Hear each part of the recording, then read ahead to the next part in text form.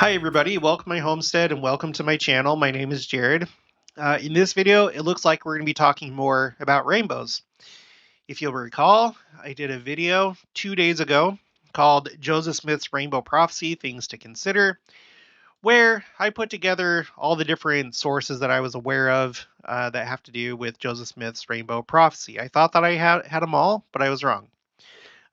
Today, we're going to be reading out of Millennial Messiah. Bruce R. McConkie had some pretty interesting things to say about the rainbow as it relates to the last days and as it relates to Joseph Smith's prophecy. Now, if you're not familiar with the prophecy, if you missed that video or you don't know what I'm talking about, just really quickly, Joseph Smith prophesied that uh, the year that you see a rainbow, you know that Christ is not going to come. Uh, it's ambiguous as to which appearance it's referring to, although I would assume it's the final appearance to the world, the main appearance, I guess you could say. And he says that any year that you see the rainbow, you know that there will be seed time and harvest. But when the rainbow is withdrawn, um, soon there's going to be famine and pestilence, and the end is near. But in the year that you see it, he's not going to come again, and that's I'm assuming that he's referring to the final coming to the world. Okay, so we're going to start with this. Why do I have this license plate up on the screen? Well, 16 hours ago, okay, look right here on the screen. 16 hours ago, this news story popped up, and I was made aware of this by Dennis Long. Okay, so this is like immediately after the day after I made that video, this story comes up. It's from Dennis Long. Jared, regarding the sign of the rainbow in the last days. I read this on my local website today. Okay, and then he shares the link with me, or the story. So I'm going to go ahead and read what it says. Okay, so this is HawaiiNewsNow.com. The Hawaii rainbow license plate will soon be retired. So this may not be the rainbow that Joseph Smith was referring to. I'm not going to say that this is prophecy fulfilled, but I think it's awfully interesting that yesterday I did a video about this, and now the rainbow is going to be disappearing from Hawaii's license plate. If you're not from the United States, I'm sure you're already familiar that we do our license plates a little bit different over here in North America. Um, you have license plates for each state, and each state has different variations. Although usually there's one main default license plate that you'll get, and I think this is the one for Hawaii, the main, because this is the one that I always see all over the place whenever people are driving around. um, so it has a rainbow and nothing else. It has a red border right here on this one, and then just a simple rainbow. Okay.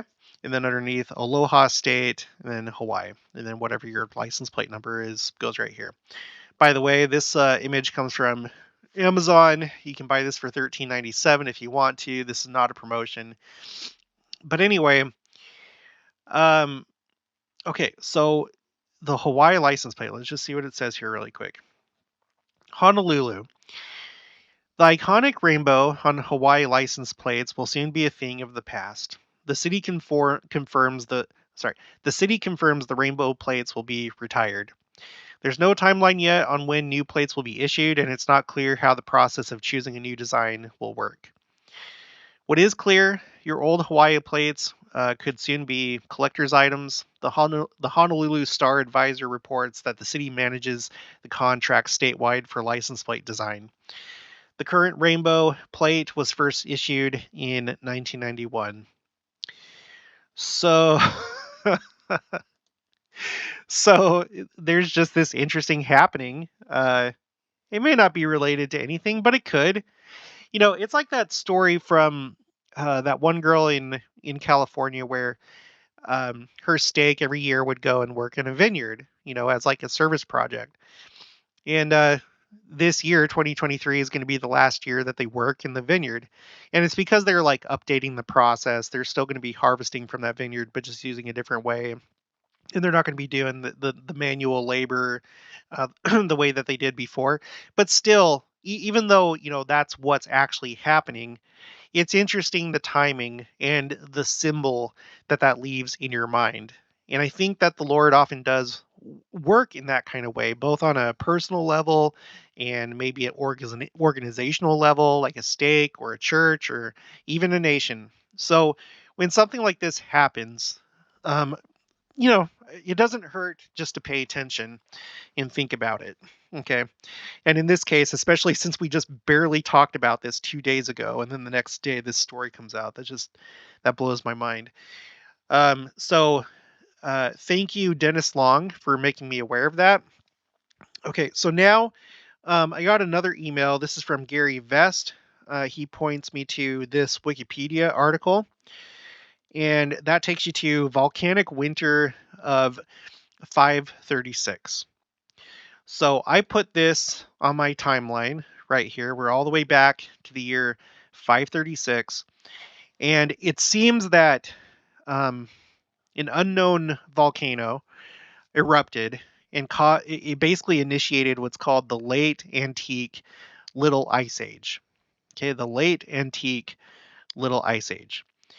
There was this initial eruption in 536. There was a second one, and I haven't seen anything to specify which volcanoes these were, so I don't know if it was the same volcano or a different one.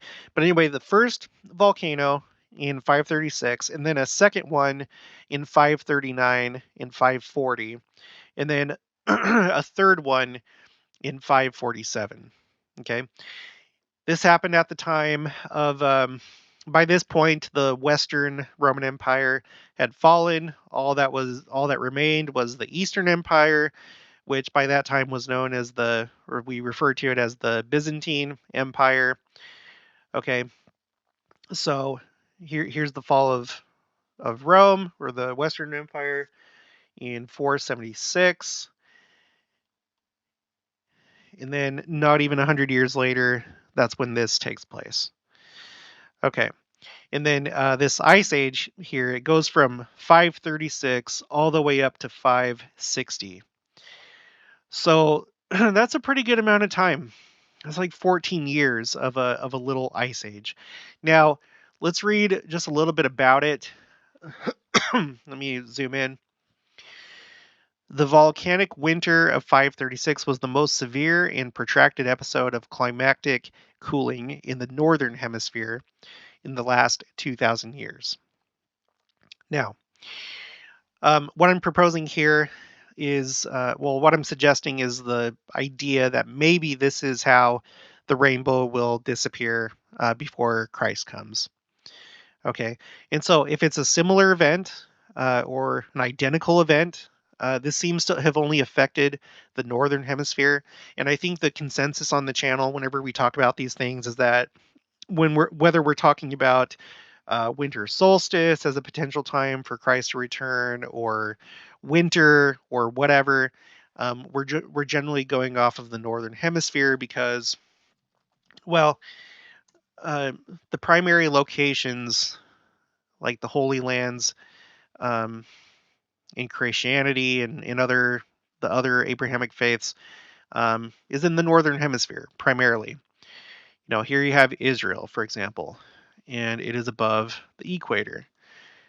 It doesn't show the equator, but it's like about right here.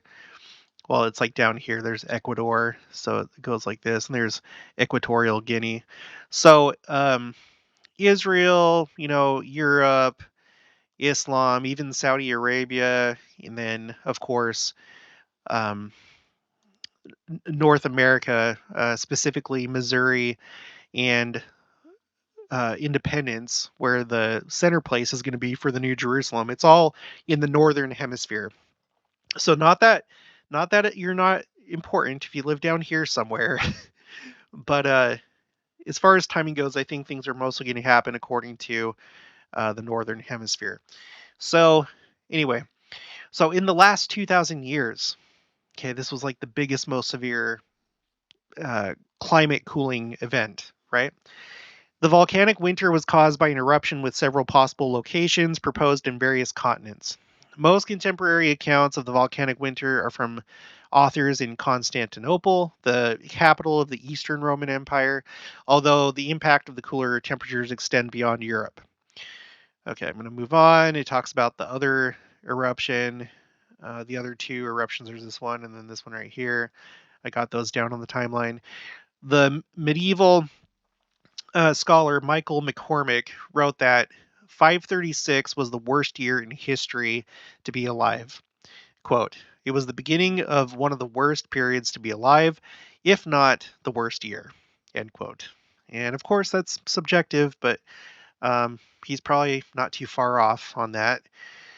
Okay, documentary evidence. The Roman historian Procopius recorded in AD 536 in his report on the wars with the Vandals, quote, "During this year, a most dread portent took place, for the sun gave forth its light without brightness.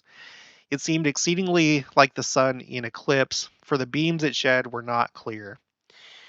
In 538, so this is now 2 years later, let's look at this again. So 538, we still had not reached the second eruption yet by that point. The sun's rays were weak and they appeared a bluish color. At noon, no shadows from people were visible on the ground. The heat from the sun was feeble. The moon, even when full, was empty of splendor, quote unquote. A winter without storms, a spring without mildness, and a summer without heat. Prolonged frost and unseasonable drought. The seasons, quote unquote, seem to be all jumbled up together. That must be very, very strange.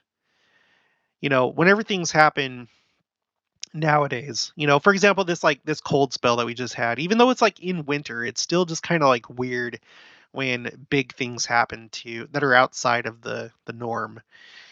So that must have been a very strange year.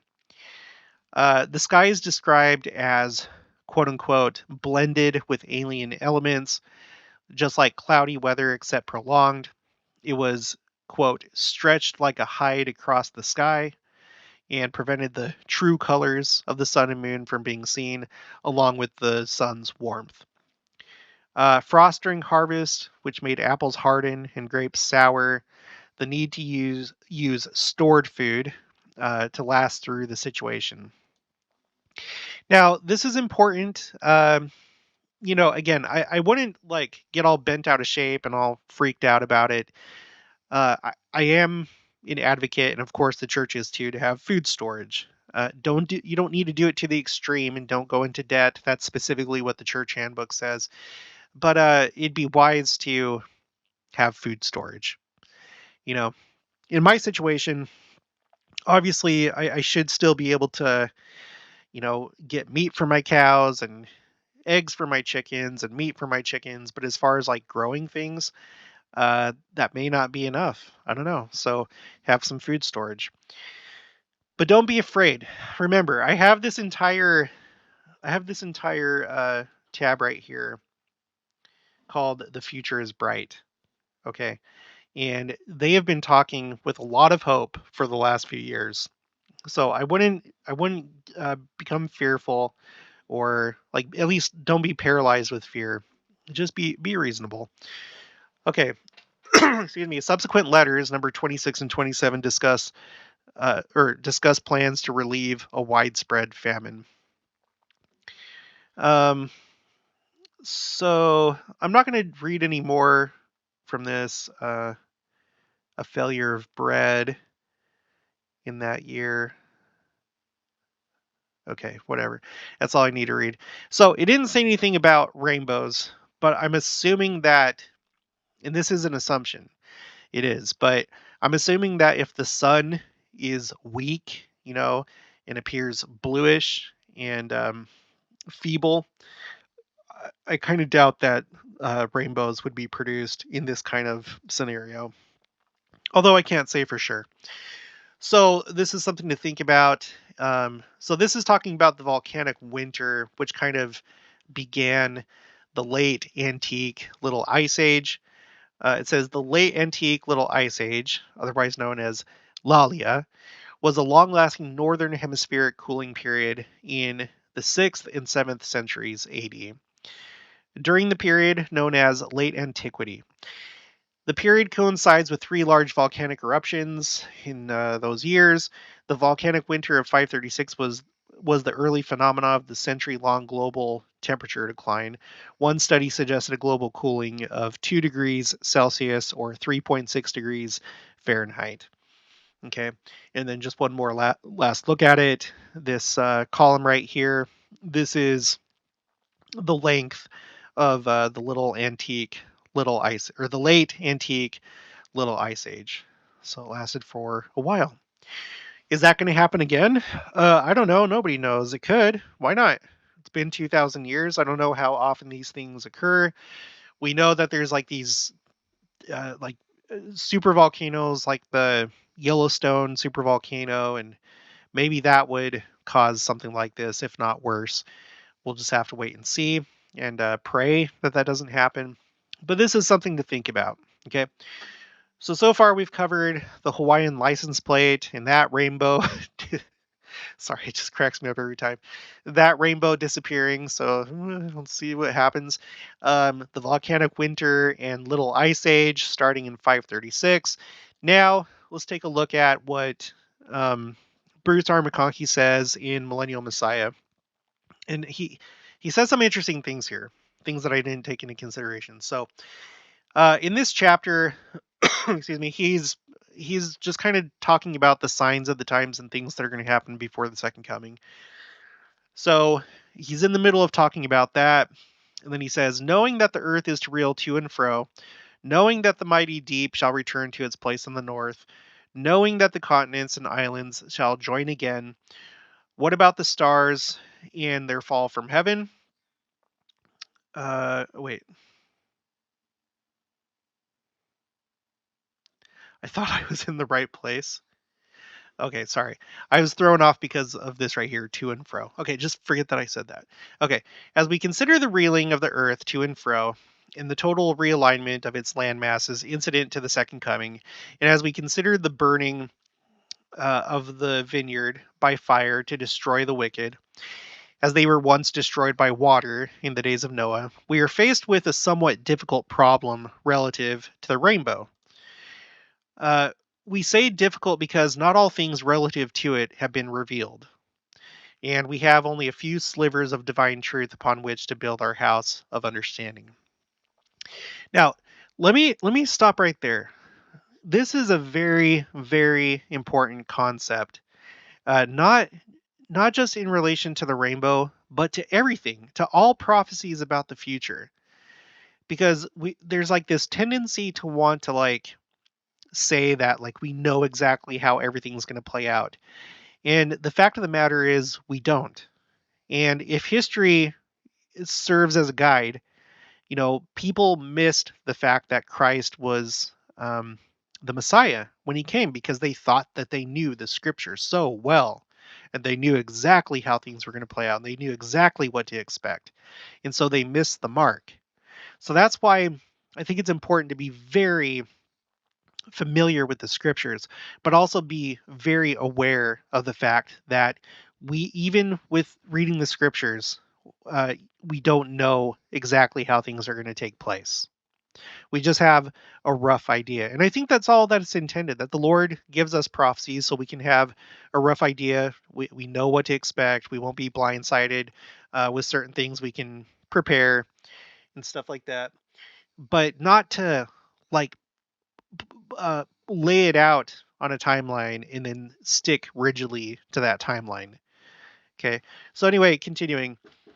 In the eternal sense, nothing is difficult once the whole matter has been revealed to minds prepared and qualified to receive and understand. Let us lay a foundation for the place the rainbow is destined to play in the second coming by recounting the circumstances under which it apparently came into being. Seed time and harvest, in the sense of one season following another, exist because the axis of the earth is tilted 23.5 degrees from the upright. Okay? Yes. This is why let me see if I can find like a thing.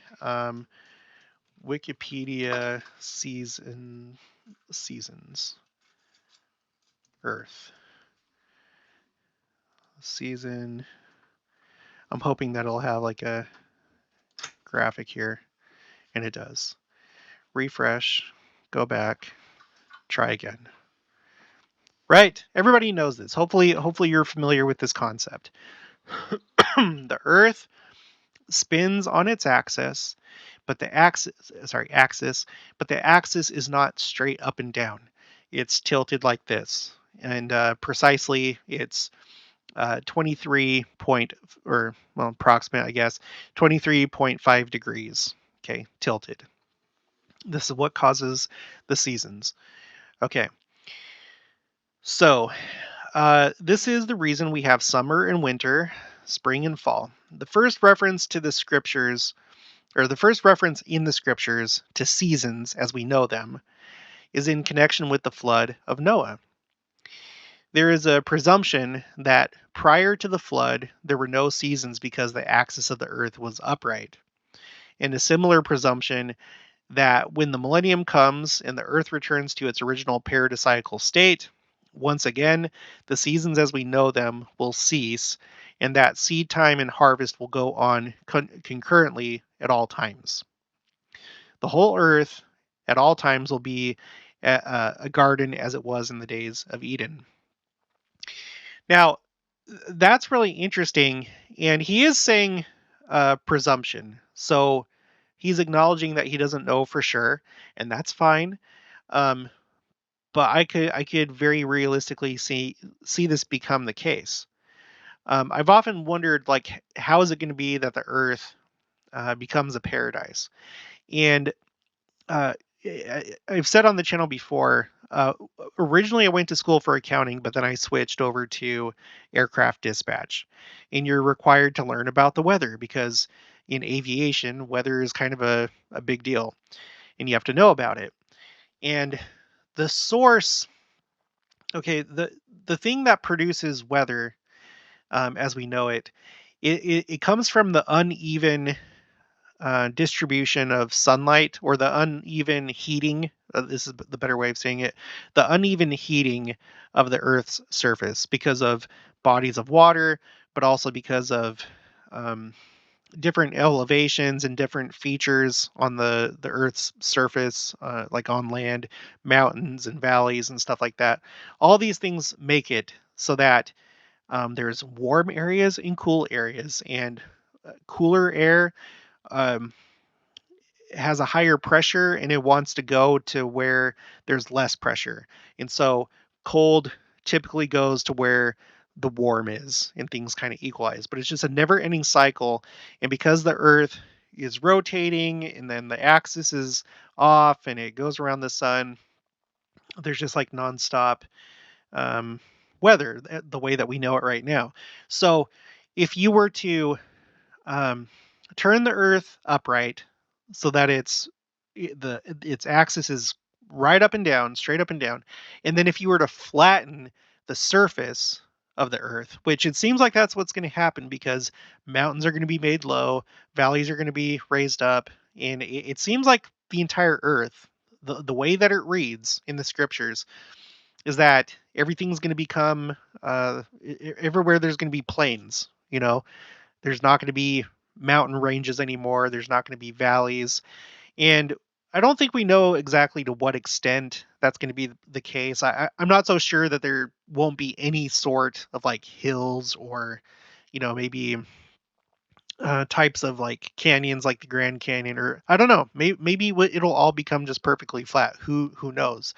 And there's still going to be bodies of water, but it's interesting that it says that the water, or at least uh, I think it's talking about the Atlantic Ocean. I'm not sure.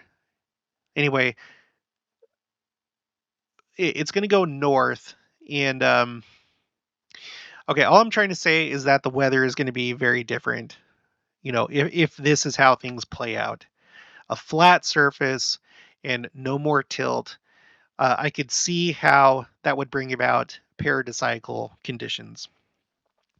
Now, I'm not a meteorologist, so I don't, it's not like I'm an expert at these things, but that's my basic understanding of things. Um, there'd probably be a lot less movement of air, you know, like cold and warm air masses. There will be some, but nothing like how it is right now. It's probably going to be a lot more peaceful, I would imagine. So anyway, let's go back here. Um, okay, continue on. Whatever the case may be with reference to these things, something apparently happened with reference to the rainbow in Noah's day, and something is certainly going to happen with reference to it in connection with the Lord's return. We are left to speculate relative to some of these matters, which is not all bad, as long as any expressed views are clearly identified for what they are. Sorry, another little tangent. This is another thing that drives me nuts. There's always people that come over to this channel in other channels. It's not just me. And they're like, "Oh, there's too much speculation going on over here. Too much speculation," as though it's like the work of the devil himself, and it's not. Speculation becomes dangerous when you start accepting it as reality and start acting on it. But speculation, like what Bruce R. McConkie says, where you're thinking about things, is just that. You're just thinking about things. And my understanding is that thinking is a good thing, right? You just have to be careful not to psych yourself out, essentially, but it's okay to think about different things. I always have to keep saying that. Anyway, it's not going to change those people's minds, but okay. So, in fact, our present state of spiritual enlightenment, the Lord deliberately leaves us to ponder and wonder about many things connected with his coming. Oh, what? It's not all just like laid out and exactly clear. I can't just like be like, well, it's in the scriptures. It's in the scriptures. What, Bruce R. McConkie? Um, in fact, our present state of spiritual enlightenment, in our present state of spiritual enlightenment, the Lord deliberately leaves us to ponder and wonder about many things connected with his coming. In this way, our hearts are centered upon him so that we will qualify in due course to receive absolute and clear revelation on many things. So, according to Bruce R. McConkie, it seems like this channel is just fine and others like it, trying to think about things, imagining how great it's going to be, or terrible, great and terrible things are going to be, wanting to know more. He says, in this way, our hearts are centered upon him so that we will qualify in due course to receive absolute and clear revelation on many things. Okay. After the flood, Noah offered sacrifices, worshiped the Lord, and said in his heart, I will call on the name of the Lord, that he will not again curse the ground anymore, anymore for man's sake. For the imagination of man's heart is evil from his youth, and that he will not again smite anymore everything living as he hath done while the earth remaineth. Man had been destroyed once, meaning every living soul, save the 8 who were on the ark. Such a slaughter staggers the imagination. Conceive of cities and nations buried under mountains of water, and of millions of dead bodies tossed about by the watery waves. Well, now we're getting a little bit gruesome. What was more natural for Noah to plead with his What was more natural than for Noah to plead with his God that such should never come to pass again?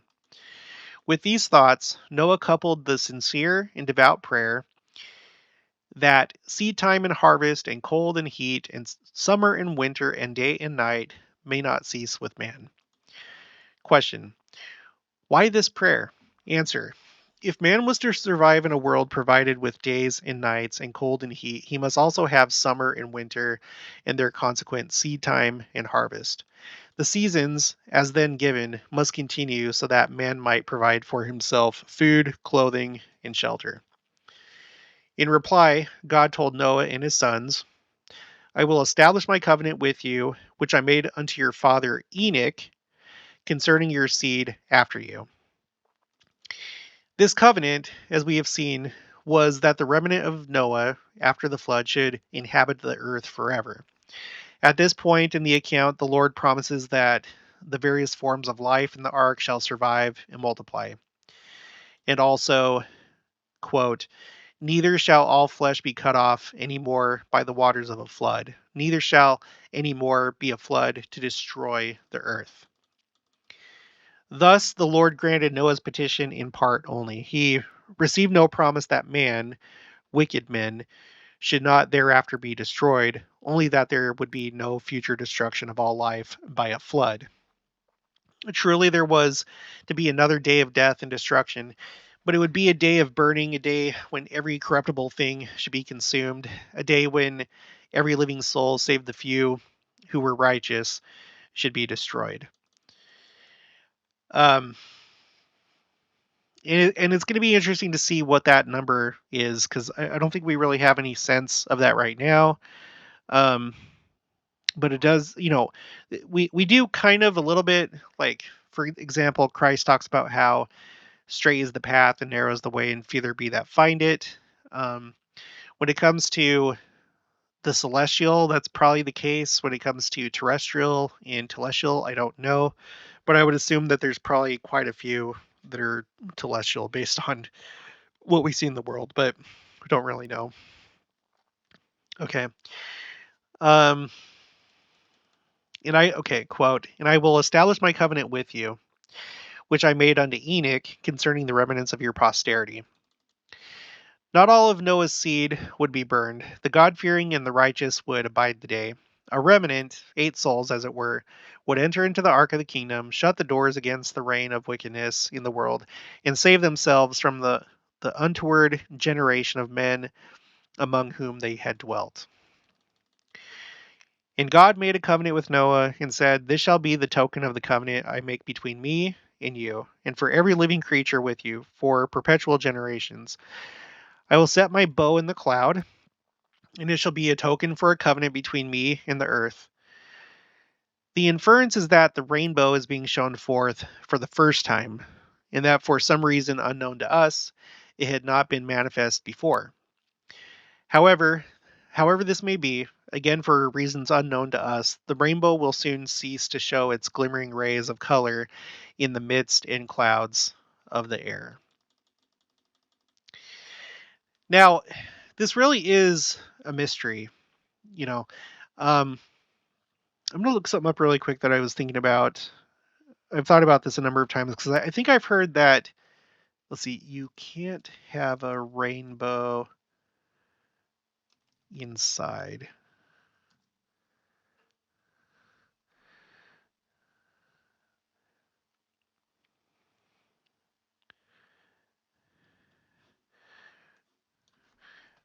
Let's see, maybe it's rainbows are only possible outdoors.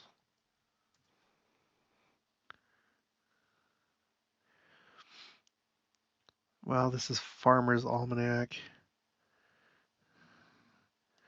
Let me just see what it says. 5 facts about rainbows. I'm just wondering, I'm not so sure that we know exactly how this Earth works or space. We may think that we know pretty good, but we may not. Let's see. Rainbows can only appear directly opposite from the sun. 7 colors. Double rainbows. The sky beneath the rainbow appears brighter than the sky above it. Rainbows appear. Okay, this was of no help. So I don't know if what I said is true or not. I know I came across that one time. Someone was saying something to the effect that you can't produce a rainbow indoors. I may have to see if I can find that. That may or may not be true.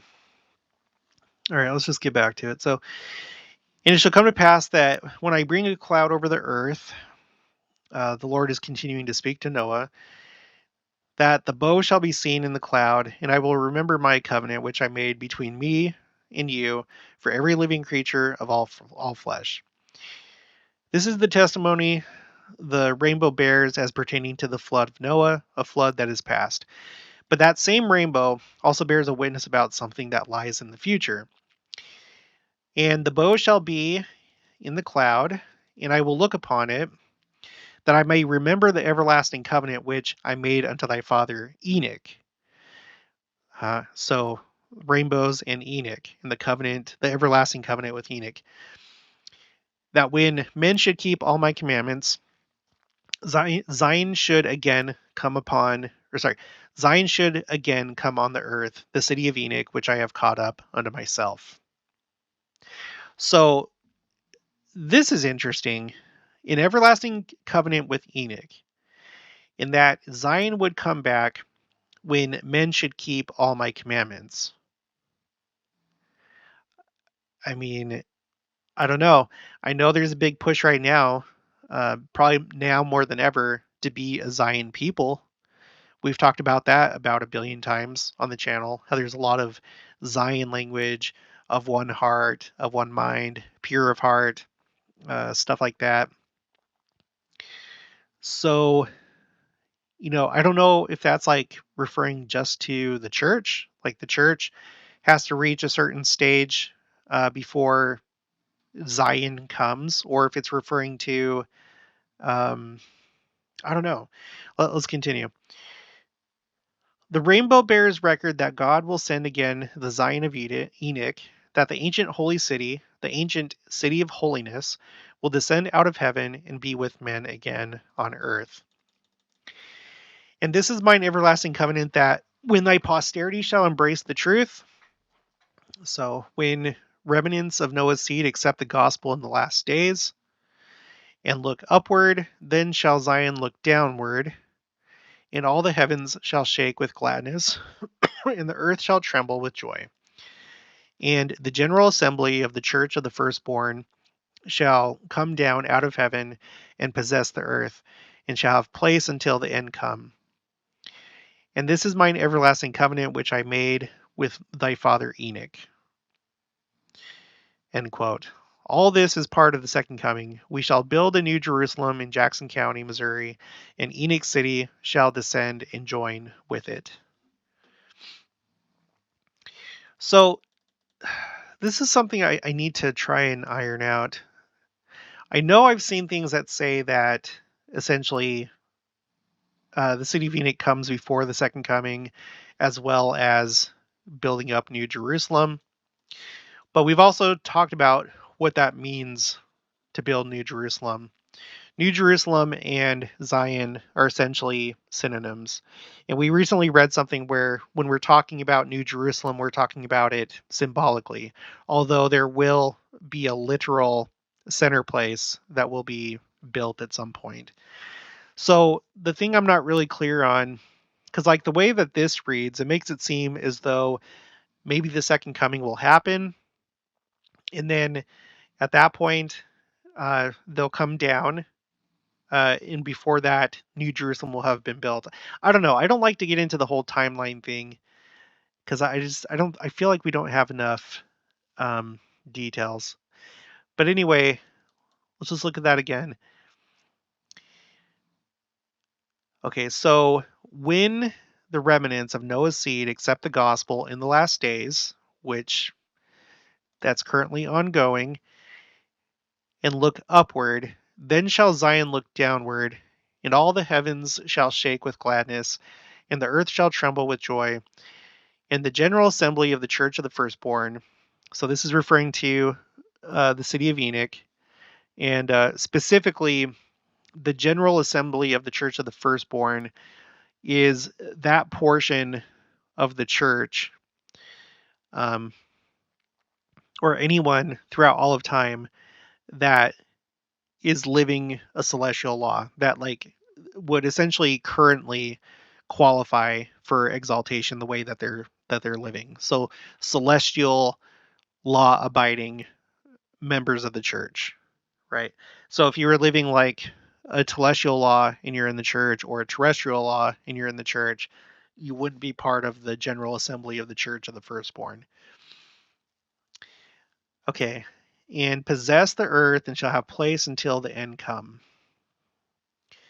I, I don't know if that's referring to the end of the earth, like before it becomes celestialized. I don't know if that's talking about the second coming and the end of the wicked, because that's sometimes referred to as the end of the earth or the end of the world.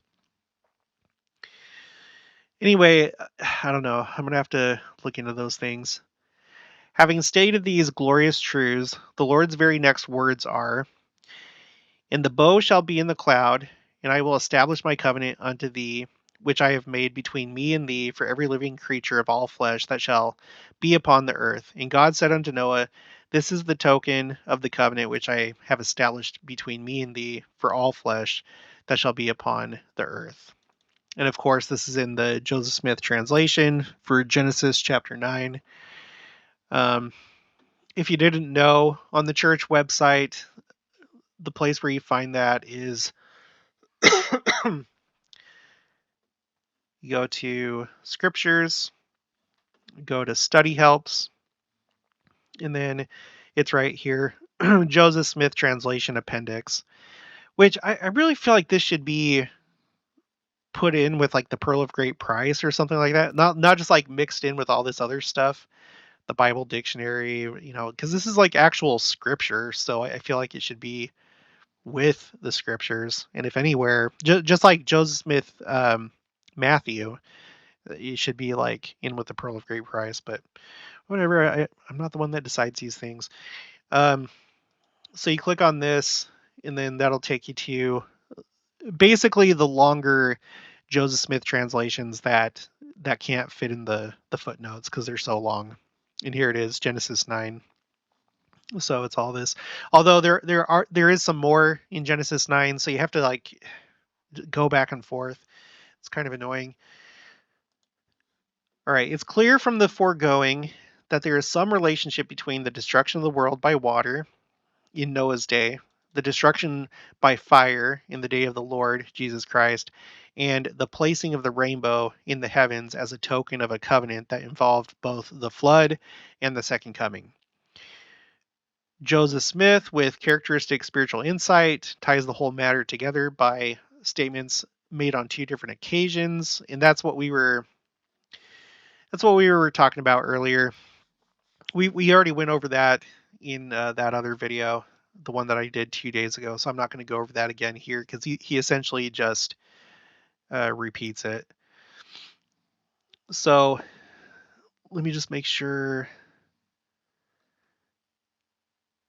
Yeah, that he just kind of ends with that by quoting him. So it's interesting. The rainbow is very interesting. It has to do with Enoch and the covenant that the Lord made with Enoch. Has to do with the rainbow reminding him about that covenant, that um, that the city of Enoch will come down when men are righteous. Um, and then it has to do with both the flood, how flooding the world by water is not going to happen again, but uh, there is going to be the cleansing by fire. And it seems like the rainbow will be withdrawn at that time.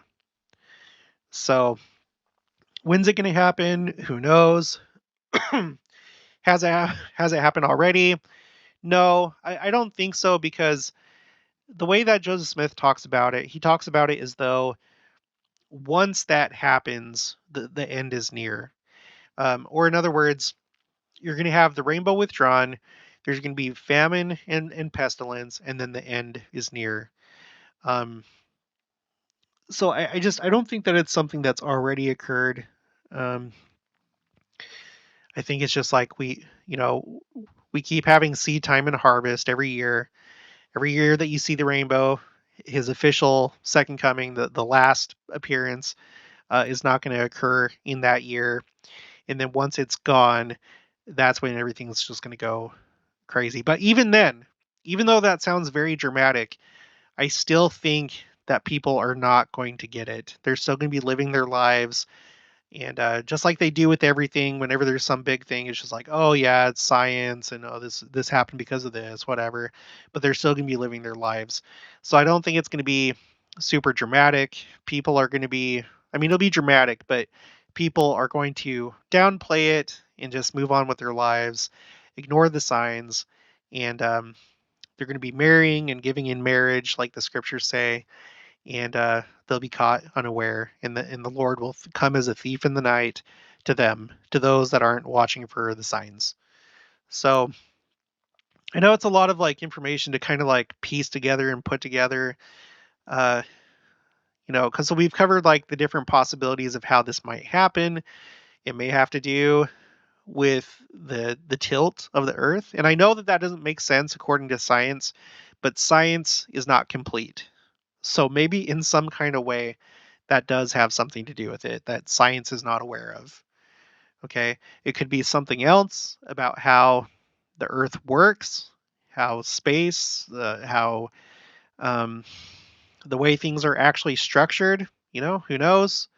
Or it could be because of some kind of thing like this, what happened in 536. Maybe we're going to have another little ice age or something, and sunlight's going to be blocked for some time.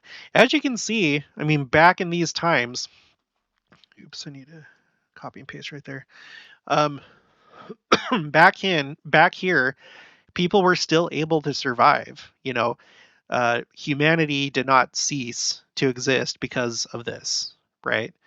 So it was doable. It just, it sucked and things were kind of weird, but they survived. So, okay. Yeah, I think that's all I have for this one. So, very interesting things to think about. All we can really do is just watch. And with the rainbow disappearing from the Hawaii license plate, could this just be one of those little signs that maybe the actual rainbow disappearing may happen in the near future, maybe even this year? Don't know. All right, well, that's going to be it for this one. If you haven't already, please make sure to subscribe, like this video if you liked it, leave your thoughts and opinions down in the comments below. Also, make sure to share it, and I'll talk to you guys later.